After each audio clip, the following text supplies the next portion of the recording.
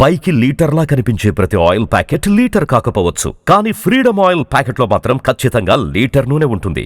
దేశంలో ఈ పాస్పోర్ట్లని అమలు చేసేందుకు సిద్ధమవుతుంది కేంద్ర ప్రభుత్వం. అలానే ఆంధ్రప్రదేశ్లో విజయవాడలో రీజనల్ పాస్పోర్ట్ సెంటర్ని పూర్తిగా మోడర్నైజ్ చేసింది కేంద్రం. ఈ ప్రారంభోత్సవంలో కేంద్ర పౌర విమానయాన శాఖ సహాయ మంత్రి కీర్తివర్ధన్ సింగ్ రాథోడ్ పాల్గొన్నారు. అలానే దీనికి సంబంధించినటువంటి విశేషాలని ఆయనే అనౌన్స్ చేశారు.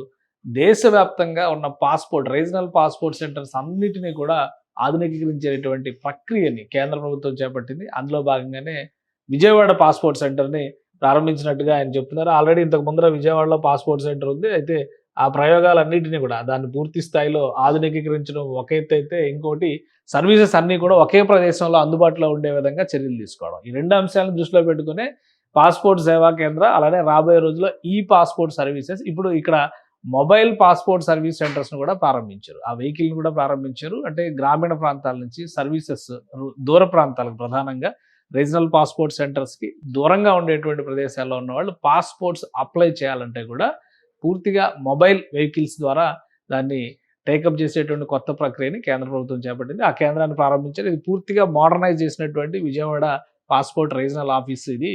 అలానే రాబోయే రోజుల్లో చిప్ బేస్డ్ ఈ పాస్పోర్ట్స్ని అమలు చేసేటువంటి ప్రణాళికని కేంద్ర ప్రభుత్వం తీసుకురాబోతుంది. ప్రయోగాత్మకంగా కొన్ని రాష్ట్రాల్లో అమలు చేస్తారు, అది ఆంధ్రప్రదేశ్లో కూడా అమలు చేసేటువంటి అవకాశం ఉందని చెప్పని విశ్లేషిస్తున్నారు. రాబోయేటువంటి రోజుల్లో పూర్తిగా ఆధార్ కార్డుని ఎట్లయితే చూపిస్తున్నారో అదే స్థాయిలో ఒక ఎలక్ట్రానిక్ కార్డు, చిప్ బేస్డ్గా ఉండేటువంటి కార్డుతోనే పాస్పోర్ట్స్ వచ్చేటువంటి అవకాశం ఉందని చెప్తున్నారు.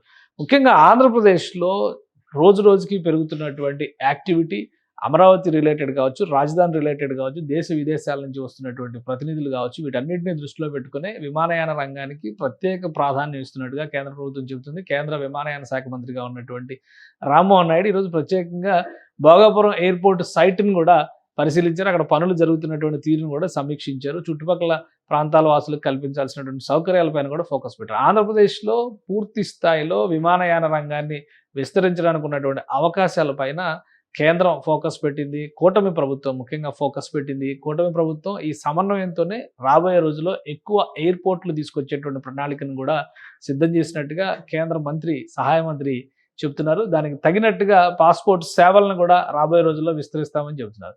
సో రాజధాని ప్రాంతంలో ఉండేటువంటి, రాజధానికి అతి సమీపంగా ఉండేటువంటి విజయవాడ నగరంలో అత్యాధునిక పాస్పోర్ట్ కేంద్రాన్ని ప్రారంభించారు. రాబోయే రోజుల్లో మరికొన్ని అధునాతన సదుపాయాలు విజయవాడ ఎయిర్పోర్ట్లోను, విశాఖ ఎయిర్పోర్ట్లో, ముఖ్యంగా ఆంధ్రప్రదేశ్లో ఉన్నటువంటి ప్రధాన ఎయిర్పోర్ట్లో రాబోతున్నాయి. అన్నింటినీ కూడా దేశవ్యాప్తంగా ఉన్నటువంటి మెట్రో సిటీస్తో పోటీ పడే విధంగా కొన్ని ఆధునిక టెక్నాలజీని విమానయాన శాఖ అమలు చేయబోతుంది. దానిలో ఆంధ్రప్రదేశ్కి తగిన ప్రాధాన్యం లభిస్తుందని కేంద్ర మంత్రి చెప్పడం ఇప్పుడు ఆసక్తికరంగా మారింది. సుమన్ టీవీలో మీ పర్సనల్ అండ్ బిజినెస్ ప్రమోషన్స్ కోసం కింది నెంబర్కి కాంటాక్ట్ చేయండి.